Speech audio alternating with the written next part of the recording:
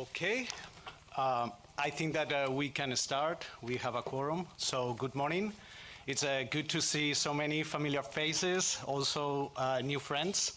I want to welcome also to those people who are joining us online around the world. I'm Jose Luis de Aro with the Communications Department here at the International Monetary Fund, and we are gathered here today for the launch of our latest World Economic Outlook, Global Economy in the Shadow of War. As usual, I hope that you all had access to the document. If not, I would recommend you to go to imf.org. There you're going to find the latest World Economic Outlook, but also Pierre Olivier's blog and many other additional assets that I'm sure that are going to be very helpful for your reporting. As you can see in our latest Global World Economic Outlook, we have a reference forecast, we have an adverse scenario, and a severe scenario. But what is best to discuss the granularity of the latest edition of the World Economic Outlook, that to be joined here today by Pierre-Olivier Gourinches. He is the director of the research department, also economic counselor. Next to him are Petia Cueva-Brooks. She's deputy director of the research department. And last but not least, we have Denise Egan. She is division chief with the research department. As usual, we're going to start with Pierre-Olivier's opening remarks, and then after that, we are going to proceed to your questions. So without further ado, Pierre-Olivier, the floor is yours. Thank you, Jose, and good morning, everyone.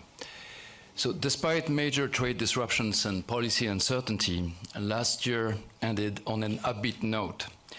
The private sector adapted to a changing business environment, helped by lower than announced US tariffs, fiscal support in some countries, favorable financial conditions, and a tech boom. Despite downside risks, this momentum was expected to carry into 2026, and we were looking to lift up our global growth forecast. Now, war in the Middle East has halted this momentum. The closing of the Strait of Hormuz and serious damage to critical energy facilities in the Middle East raised the prospect of a major energy crisis should a durable solution not be found soon. Oil and gas prices have increased sharply, and so have the prices of diesel and jet fuel, fertilizer, aluminum, and helium. The overall impact will depend on three channels. First, higher commodity prices are a textbook negative supply shock, raising prices and costs, disrupting supply chains, and eroding purchasing power. Second, these effects may be amplified as firms and workers try to recoup losses, risking wage price spirals, especially where inflation expectations are poorly anchored. Third, financial conditions could tighten, with lower asset valuations, higher risk premia, capital flight, dollar appreciation, dampening demand. Our report presents three scenarios. Our reference forecast assumes a short-lived conflict and a moderate 19% rise in energy prices in 2026. Still, some damage will not be avoided. Global growth falls to 3.1% this year, a downgrade from January forecast, and headline inflation rises to 4.4%. Our adverse scenario assumes further disruption, leading to higher energy prices and inflation expectations and tighter financial conditions throughout the year. Growth falls to 2.5% this year, and inflation rises to 5.4%. Our severe scenario assumes that energy supply disruptions extend into next year, with greater macro instability. Global growth falls to 2% this year and next, while inflation exceeds 6%. Downside risks are clearly very elevated. Now, the impact of the war will be uneven. Low-income energy importers are highly exposed, especially those with pre-existing vulnerabilities and limited buffers. But the damage is most severe for countries in the Gulf. Today's shock echoes the 2022 commodity price surge. Then, central banks delivered a successful disinflation without a recession. Can we expect the same outcome now? There are reasons to doubt it. In 2022, inflation pressures were already elevated by post-pandemic support policies. Today, underlying demand pressures have eased, though inflation remains above target in some countries, notably the United States. If the shock remains modest, inflation may be more contained, consistent with our reference scenario. Still, the last episode left scars. Higher prices raised cost of living concerns and made inflation expectations potentially more sensitive to new price increases. And the 2022 surge reflected an unusually steep aggregate supply curve from supply bottlenecks, enabling disinflation with limited output losses. Our analysis shows the supply curve is now much flatter, making any central bank engineered disinflation more costly in terms of unemployment. So what should policymakers do? Let's start with central banks. This is a negative supply shock, and no central bank can influence global energy prices on its own. Markets are already pricing in higher policy rates. However, provided inflation expectations remain well anchored, central banks can afford to wait and watch for now. But they must be attentive to risks and communicate clearly their readiness to act decisively to maintain price stability. In most cases, exchange rates should be allowed to adjust, allowing central banks to focus on their mandates. What should fiscal policy do? With rising public debt trajectory, fiscal space is much thinner than before. Price caps, subsidies, and similar interventions are popular, but they distort prices. They're often poorly designed, hard to unwind, and extremely costly. Most countries don't have that luxury anymore. Where support for the most vulnerable is needed, targeted and temporary measures should be deployed, consistent with medium-term plans to rebuild fiscal buffers and avoiding stimulating demand where inflation is rising. Finally, if financial conditions tighten sharply, as in our severe scenario, and global activity deteriorates markedly, monetary and fiscal policy should be ready to pivot to support the economy and safeguard the financial system alongside appropriate financial and liquidity policies. Now, the war demands immediate attention, yet it should not derail from the pursuit of durable growth. It should also spur faster adoption of renewable energy, which can strengthen resilience to energy shocks, improve energy security, and support the climate transition. Advances in artificial intelligence promise large productivity gains, lifting living standards, but the transition may be bumpy. Markets may well be ahead of fundamentals, new jobs will emerge, but some existing ones will also disappear. Policymakers should promote adoption while easing the labor market transition. The world economy faces another difficult test. Fraying alliances, new conflicts, and waves of inward-looking policies such as trade restrictions undermine cooperation and growth. Growing strains on international order are pushing toward a multipolar world. But a more multipolar world need not be a more fragmented one. In fact, countries are finding new trade partners and forming trade agreements beyond traditional geopolitical lines. We should keep strengthening global cooperation. With the right policies, including a swift cessation of hostilities and reopening of the Strait of Hormuz, the damage can remain limited. Thank you. Thank you, Pierre-Olivier. And now we are going to turn to your questions, but let me remind some ground rules. If you have a question, please raise your hand and wait until I call on you. If I do, identify yourself and the media outlet that you represent. This time around, just to try to take as many questions as possible, I'm going to be rounding questions and grouping them, so stay tuned for that. Also, we are here to discuss the world economic outlook. Questions regarding programs, negotiations, or institutional matters are not for this forum, but basically you will have a chance to ask about those topics later in the week. So I'm going to start compiling some questions, global questions. So if you have global questions, I'm going to start with the lady on the second row there. Yeah. Stand up and identify yourself. Hi, good morning. Jorgelina Rosario with Bloomberg. I just wanted to ask, as there doesn't seem to be a resolution on the conflict in the Middle East, do you think that the adverse scenario is more probable now? And in that case, you still think that central banks should wait and see? I'm talking about the 2.5 growth scenario. And also, with all these shocks that the IMF highlights that are more permanent and they're coming more frequently, do you expect to, or are you thinking of updating the wheel more often throughout the year? Thank you so much. Thank you, Pilar. We're going to take another question. I'm going to go to the front here. Don't worry, we will go to more rounds, so stay patient. Good morning, Noor Ammasha from Asharq Bloomberg. Pierre, how concerned are you about the strong dollar at this point dampening the efforts of growth and inflation containment, especially that this strength of the dollar is increasing with all the inflation expectations? Thank you. Okay, another global question that will be the last. I'm going to go with the gentleman here. Barry Wood, the American Dispatch column, the Daily Friend. Pierre, you're an economic historian. How do you compare this oil shock with the two in the 1970s? Perfect. Olivier.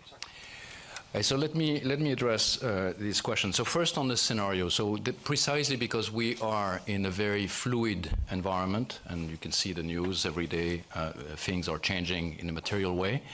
We felt that we had to, instead of having a baseline, have something, our reference forecast, and then supplement that with other scenarios that would look at more extreme developments in energy markets.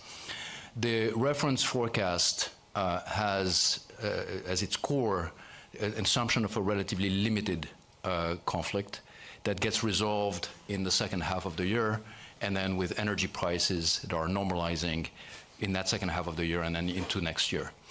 Very clearly, with every day that passes where we don't have a resolution, where the flow of oil and gas is more limited through the Strait of Hormuz, we're moving away from that scenario.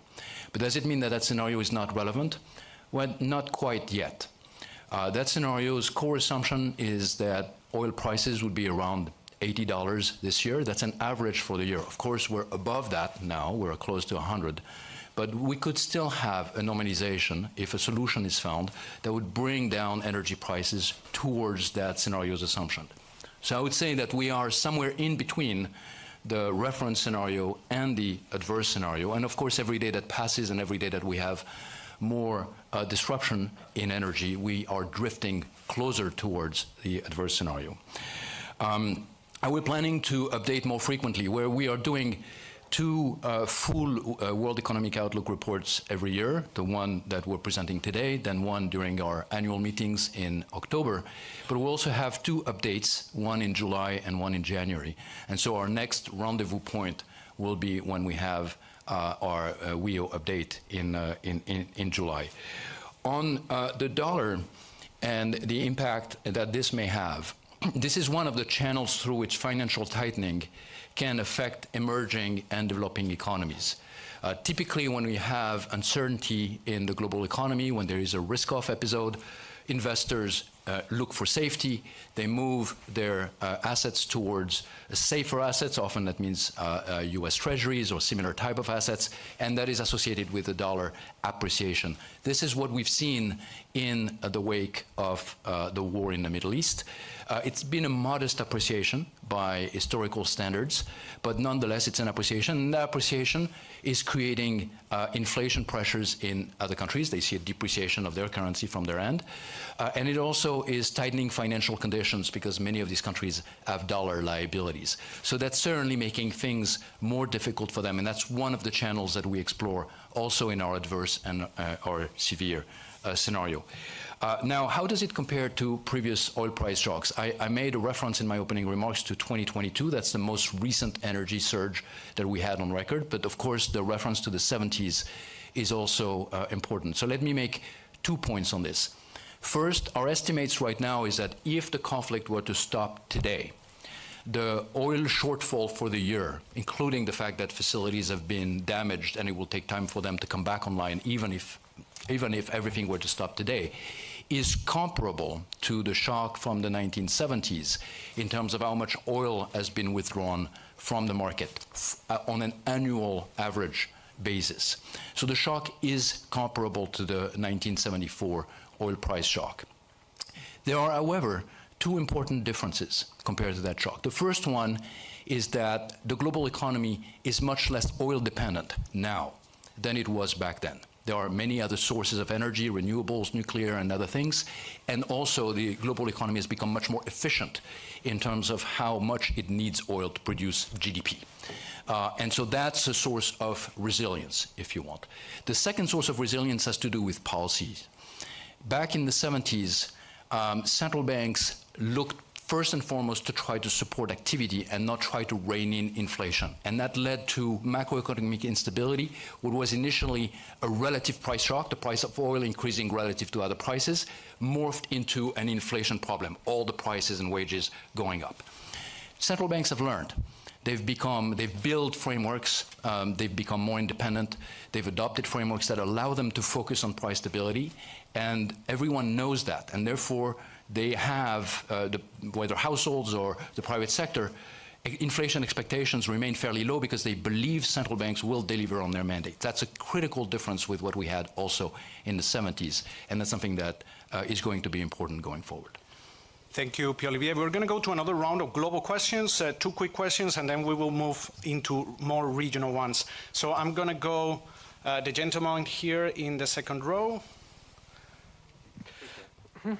Красенков Кирилл, РИА Новости. Another question about the 1970s. Are there any lessons from that period that we could use to avoid any possible stagflation, especially if the conflict in the Middle East continues further? Thank you. And I'm going to move to the lady in the first row. Anica Taliskovic, Serbian National Television. If this looks like, is this a new 70s, does it mean that that shock will lead us into inflation, and does it mean that will lead us into interest rate growth? You want me to answer? Yes, please. Okay. Thank you. So these two questions are very related to the previous one that was asked. So the lesson from that period is you don't want to let an energy shock turn into an ongoing inflation problem. So this is why in my remarks I said, of course, central banks cannot do anything about the price of oil, but they can do something about preventing the emergence of wage price spirals, a de-anchoring of inflation expectations, and they're expected to do that. So they don't have to step on the brakes right away. They can afford for the major central banks, whether we're looking at the Federal Reserve, the European Central Bank, Bank of Japan, or the Bank of England, we don't necessarily think that they need to raise interest rates right away. But if they see signs that inflation is taking hold, that if they see signs that there are wage price spirals, if they see signs that households and businesses start expecting a more permanent and persistent inflation, then they will need to take action. And that's one of the big lessons that has been learned in the 70s and that we should not forget. The other lesson from that period is the importance, as I mentioned in my opening remarks, the importance of energy diversification. It's very clear that the best way, and that was something that a number of countries did already in the 70s, and many more countries will do now, is to find ways in which they can diversify their sources of energy, rely more on sources of energy that they can produce domestically. Often that means renewables, and so we're likely to see a big push in that direction. So inflation is going to be there. If you look at our forecast, we're projecting 4.4% inflation this year. That's headline inflation. And we're projecting a slight increase in core inflation.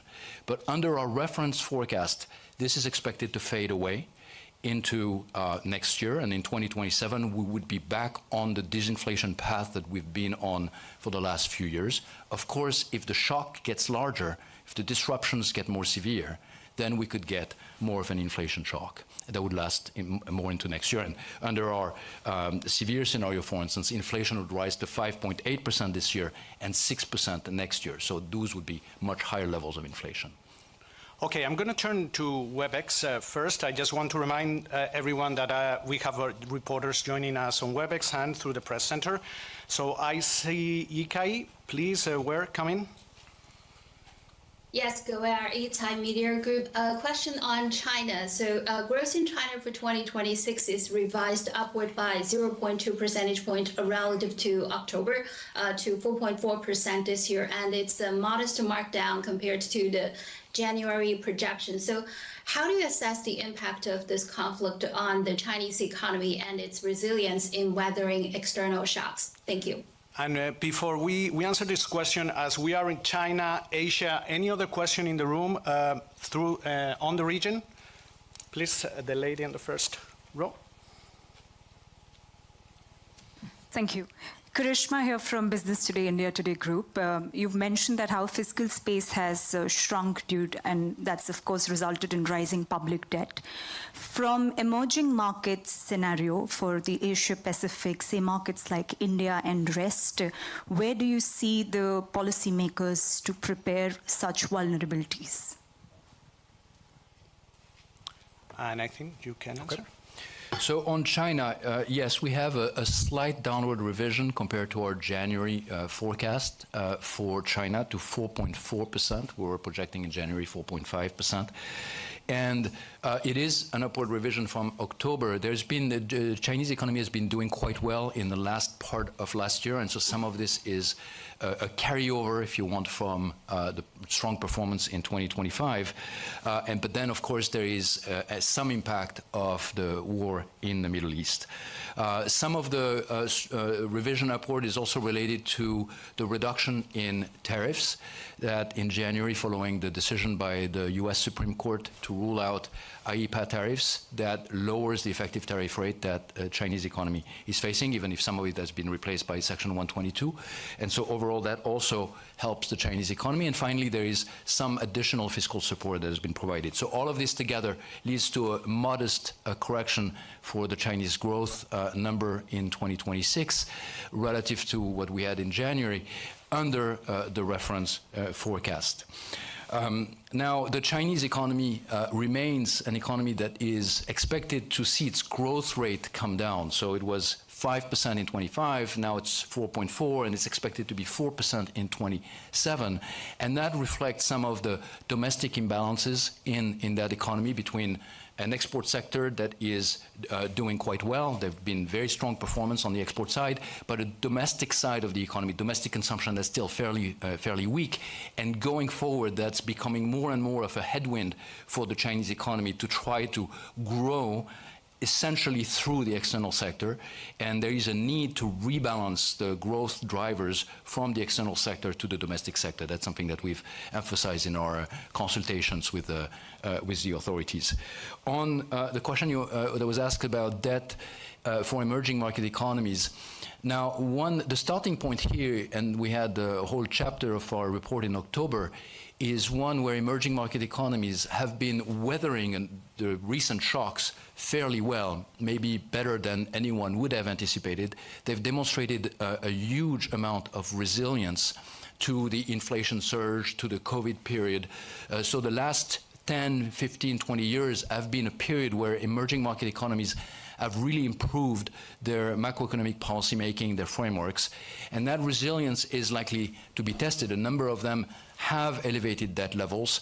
They don't have a lot of room on the fiscal side, and therefore whatever measures they would need to deploy in order to protect the most vulnerable part of their population as a result of energy and food price increases will have to be very, very narrowly targeted and very much within their budgetary envelope. Okay, we go back to the room. I'm going to go second row here. Hi, good morning. Sue Chan from The Telegraph. A question about the UK. Why is the UK downgrade bigger than other major economies? What can we do about it? And you say in the forecast that you expect the impact of rising energy prices to linger in the UK. Why is that? Okay, any other questions on the UK? Don't worry, we will get to more rounds. I'm just trying to be as effective as possible. Yeah, Alex Brummer from the Daily Mail. The UK has a history of wage price inflation, and indeed there are industrial disputes going on at the moment in the National Health Service. I just wondered if you fear that the UK could be back into a wage price cycle of the 1970s. And before you answer, Pierre-Olivier, we have another question from Tim Wallace from The Telegraph, also saying, please, can you expand on the reasons for the UK downgrade? Yes, very happy to do that. So on the UK downgrade, we have, the UK's numbers are revised down for 2026 by 0.5 percentage point. So we're projecting a growth rate of 0.8%. Now, there are two main reasons for this. The first one is the war in the Middle East, of course, and I'll expand on that in a minute. But there is also the fact that there was a relatively weak performance of the UK economy in the second half of last year, and the way the numbers are computed, there is what we call a carryover. So there is a kind of a shadow effect of that growth into 2026, and that also contributes to a lower growth number overall. But there is an expectation of a rebound in 2027, and growth is expected to be at 1.3%. Now, the impact of the war in the Middle East for the UK is, of course, coming through energy price, and in particular gas prices. And the UK is highly reliant on gas for its energy mix. Now, a lot of this gas is produced domestically, but there is still a part of it that is imported, and the part that is imported is at market prices. It's much more expensive, and that kind of sets the price for energy in the UK in an environment in which gas reserves are relatively low when you compare them to other European countries. So there is more of a pass-through, if you want, of gas prices into wholesale prices of energy, even if households are protected temporarily because there are some measures in place. So there is an impact of the developments in the Middle East and disruptions in energy markets in the UK. Now, even we are revising up inflation for the UK as well. Headline inflation, we're expecting 3.2% next year. But we're not moving very much our estimate for core inflation. It's expected to be above 2%, but only marginally up from what we were projecting in January, around 2.7%. And the reason for that, and that's how I'm getting to the question about the wage price spiral, is the UK economy still has a negative output gap in our estimate. So there is quite a bit of slack, and that actually is moderating some of the wage pressures. Now, we'll have to see and watch how the increase in energy prices, especially when they get to consumers, whether that translates into a different dynamic. But right now, there is little evidence that there are strong wage pressures in the UK economy, and therefore, under the reference forecast, our estimates of core inflation are not increasing too much. Okay, we have a question regarding Europe that comes from Gianluca di Don Francesco Il Sole 24 Ore. Will it be right thing to do for the EU to put on hold its Stability Pact? That's one. Any other questions regarding European countries in the room? I'm going to go to the gentleman there. Yes, Hugo Dixon, Reuters. I have a question. Have you done an analysis of if there are tolls on the Strait of Hormuz, whether that will be primarily absorbed by the consumers in Europe and elsewhere, or by the producers? I think we can go ahead.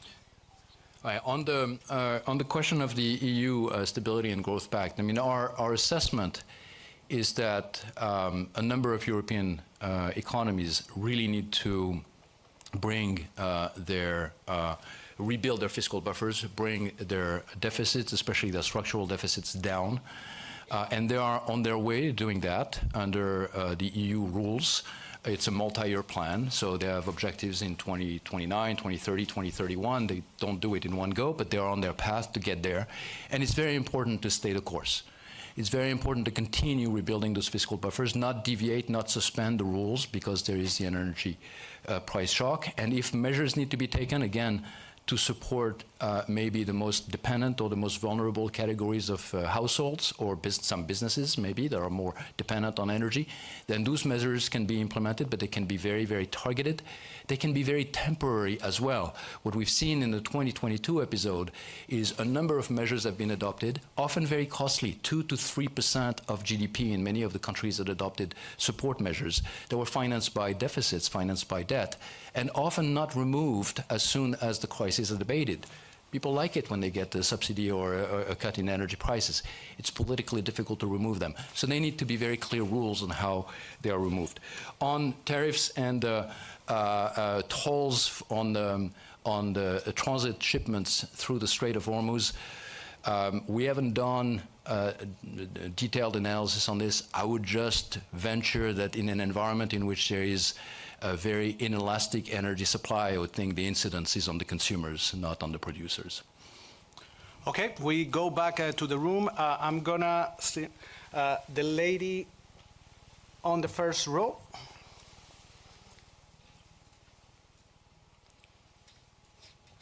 Thank you for taking my question. My name is Nume Ekege from This Day newspaper, Nigeria. Given the tighter global financial conditions, what strategies does IMF recommend for African countries, especially Nigeria, to maintain investor confidence? And also, there's been a downgrade on Nigeria's outlook from 4.4 to 4.1. Can you tell us what's responsible for that downgrade? Thank you. Okay, any additional questions on Sub-Saharan Africa countries? I see the gentleman next. Yeah. Okay. So my name is Desmond Okon. I write for the Cable News Nigeria. So Nigeria is targeting a single-digit inflation of between 6 to 9%. Given the current global shocks, how realistic is that? That's one. All three warring countries are close to the fund. Apart from all you do and your core functions, is there any internal engagement on the part of the fund to see what they can do to potentially end the war? Thank you very much. So on Sub-Saharan Africa, I mean, we are seeing, just very broadly, and then I'll turn it over to Denise, we are seeing some downgrade of growth, and we are seeing some uptick in inflation in a number of countries in the region. So the impact is very much along the lines of what we see more broadly, which is for a lot of the countries, especially the ones that are energy importers. But there are also energy exporters in the region, and so there is some differentiation in terms of the impact. On the fund engagement more broadly, I mean, we are certainly following with a number of countries what their needs might be in the current environment. We're certainly coordinating as well. Our managing director has started a coordination group with the IEA and the World Bank, so we're following developments in energy markets very, very closely. And of course, we're calling for a very swift end to the hostilities and normalization in energy markets. But Denise, over to you. Thank you, Pierre-Olivier, and thank you for the question on Sub-Saharan Africa, and in particular in Nigeria as well. So for Sub-Saharan Africa, we need to, taking a step back, actually 2025 was a relatively strong year, and before the war began, global growth prospects being resilient, and non-oil commodity prices being strong, and external financial conditions being supportive actually helped a lot of countries in the region. Now, with the war, we have reduced global growth and softened prices for non-oil commodities, and also worsened in terms of trade for oil importers, and that's an important aspect for variation within the region as well. And on top of that, the region is also facing significant challenges from headwinds from declining foreign aid, which on the bilateral aid cuts range from 16 to 28% in 2025, and we project that trend to continue. Now, how is that affecting the economy? As Pierre-Olivier said, we have a downgrade on growth by 0.4 percentage point cumulatively for 26 and 27, and at the same time, median inflation in Sub-Saharan Africa is projected to go up from 3.4% in 2025 to 5% in 2026. And that's all reflecting the high oil and fertilizer prices, fuel shortages potentially, and rising borrowing costs. And fertilizer prices in particular are a concern for the region because of its dependence on agricultural products as well, and existing level of food insecurity. Now, turning to Nigeria quickly, We have revised down Nigerian growth as well by 0.3 percentage point to 4.1 in 2026, and that is reflecting a balance of two forces. One is that the war-related higher fuel and fertilizer prices and higher shipping costs that I mentioned are going to weigh on non-oil activity in Nigeria. There's some offset coming from higher oil prices, but at the end of the day, the balance is for weighing on growth in 26, with some recovery built in 2027. As far as inflation developments go, we believe that tight monetary policy and remaining data dependent and watching very carefully both exchange rate movements and inflation expectations is going to be crucial to achieve the inflation target of the central bank. Okay, we have 10 minutes and 2 regions to cover. We're going to go to the Middle East. I'm going to go first to WebEx. I see Doha in the WebEx. So Doha, please come in. Hello, Jose. Thank you so much for taking my question. Good morning, Pierre, Petia, and Denise. Happy Easter all, and good morning for all colleagues. I have 2 questions. My first one is the MENA region. Pierre, you have said that the impacts of the regional war will be severe on the oil exporters in the region. What about the oil importers in terms of the debt, inflation, and GDP growth expectations? My second question is a country-focused one. It's in Egypt. The report showed that the IMF has reduced its projections for the GDP growth for the country amid the ongoing war. Could you please elaborate more on that? Thank you so much. Any other questions in the room? I see Kyle there, and then I will try to bundle another one. If it's on the Middle East, then we will go to Western Hemisphere and Latin America. Please, Hi. Kyle, go ahead. Good morning, Kyle Fitzgerald with The National. Thank you for taking my question. I just want to go back to what Pierre-Olivier said earlier, that we're sort of drifting closer to this adverse scenario. So how do you imagine this adverse scenario playing out in the Middle East, both regards to the short-term and the medium-term outlook? Thank you. Any additional question? Gentleman here. Good morning. I'm Fabrice Naudelonga from Le Figaro, based in Paris. Could you elaborate a bit about the figures you give over Saudi Arabia? Of course, you downgrade its growth forecast, but it still should grow in the reference scenario by over 3%. How do you explain this? And can you elaborate a bit about the very severe figures you give for Qatar and Iraq? Thank you. Yes, thank you. So, of course, the MENA region is very heavily affected, and you can basically think of, broadly speaking, 3 groups of countries. You have the conflict countries, and that includes a number of energy exporters, but really the dominant force for them is the fact that they are in the path of war right now, and that leads to very significant downgrades and sometimes even negative growth rates for a number of them. Then you have energy exporters that are not necessarily in the conflict region. They can benefit from increase in energy prices, even though their population might also be affected by some of the effects of the energy crisis in the form of higher energy prices or potentially food prices down the line. And then you have energy importing countries in the region, and they're affected like many other countries around the world through higher their reliance on energy coming from the Gulf region, and how it's affecting both the cost of energy, transportation, and potentially down the line again, food prices. So that's kind of the broad overview. The adverse scenario would make things worse. The adverse scenario assumes that energy prices are higher than what we have in the reference forecast. It's still a relatively short-lived disruption, so we're expecting energy prices to normalize in 2027 back to around $75 a barrel for oil, for instance, but a more acute and more severe disruption, and of course the countries in the region are going to be more severely affected. Now, on the more granular country-specific, I will turn to Petia. Thank you. Let me start with a question on Egypt. There we have downgraded our forecast for this year in 2026 to 4.2, which is a downward revision of 0.5. And like other energy importers, Egypt is among one of the countries affected by the developments by the war, and the higher oil prices are going to reduce real income.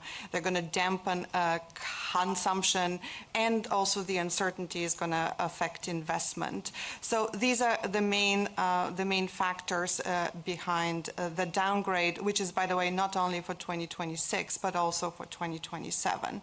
Now, when it comes to Saudi Arabia, we saw very strong growth there in 2025, which was boosted by the rebound in oil production then, as well as non-oil activities. But then this year, with the start of the war, we have a significant downward revision in our growth forecast. The revision is in the order of about 1.4. So the growth rate that we right now have for 2026 is 3.1. Now, this revision, the biggest factor behind it is the downgrade in the oil activity in the country, and that revision of the oil GDP is a little bit over 3 percentage points, so it's really sizable, which reflects the lower production, which is related to the disruptions due to the war, although there has been some rerouting, which is a mitigating factor. At the same time, we also have lower non-oil activity, as in other regions, the higher commodity prices also lead to lower real income and lower domestic activity. Let me stop here. Okay, we're going to go through a last round, and we have a region that we haven't touched upon. It's the Western Hemisphere, and I'm including Latin America here. First of all, we have a question from Oglovo. How is Brazil positioned to deal with global shocks? I'm going to go to the room. Any other? I see my Argentine friends there. So Paula, Guillermo, please go ahead. Thank you. Paula Lugones, for Clarín, Argentina. The outlook revised down Argentina's growth forecast for this year. Was it because of the impact of the war, or there are some other reason? Because Argentina is an oil exporter. And also, can you please also elaborate a bit about the inflation forecast? Thank you. We have a similar question from Infobae regarding Argentina's inflation. Very quickly, I just can get one question here, and then we need to move on, because we have literally 3 minutes. Thank you. Hello, I'm Miguel Moscosa from El Seo, Mexico City. Does this economic outlook include an extension of the USMCA, and what other factors will influence economic growth expectations in the region? Thank you. So Brazil, Mexico, and Argentina. Well, let me just say just one quick thing about Brazil, and I'll turn over to Petya. Brazil is actually a net energy exporter, so it's benefiting in 2026 from the increase in energy prices. And we're expecting, however, that there will be, either through tightening of financial conditions and also increase in inflation, there might be a little bit of a slowdown in 2027. But let me turn it over to Petya for more details. Keeping the focus on Brazil, we have upgraded our forecast for this year to 1.9. And I think this is not just because of the improved terms of trade, but also because of the very strong second half of last year, and the momentum of that also carrying over into this year. It's also important to point out that Brazil is one of the countries with very high share of renewable energy, which is another mitigating factor. Then turning to Argentina, there we do have a downgrade of growth this year of 0.5, so now we're expecting growth to be 3.5. This is very much due to the weaker momentum in activity that we saw in the second half of last year, and I think that is the main factor. As you pointed out, Argentina is as a net exporter, so the positive impact of the improved terms of trade is also offset by the fact that with the higher commodity prices and the higher and the inflation that is eroding real income, and as in other countries that works in the opposite direction.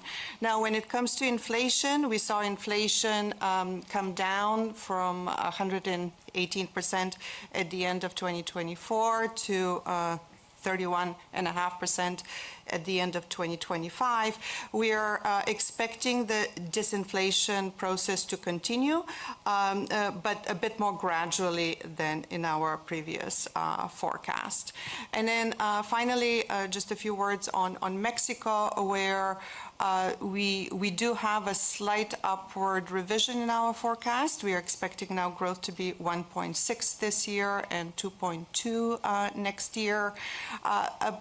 Part of that, again, is because of developments that already happened in 2025. We did see stronger than expected momentum at that point. So, and on top of that, we also have the lower than expected tariffs than in our previous forecast. So that is offsetting the impact of the war.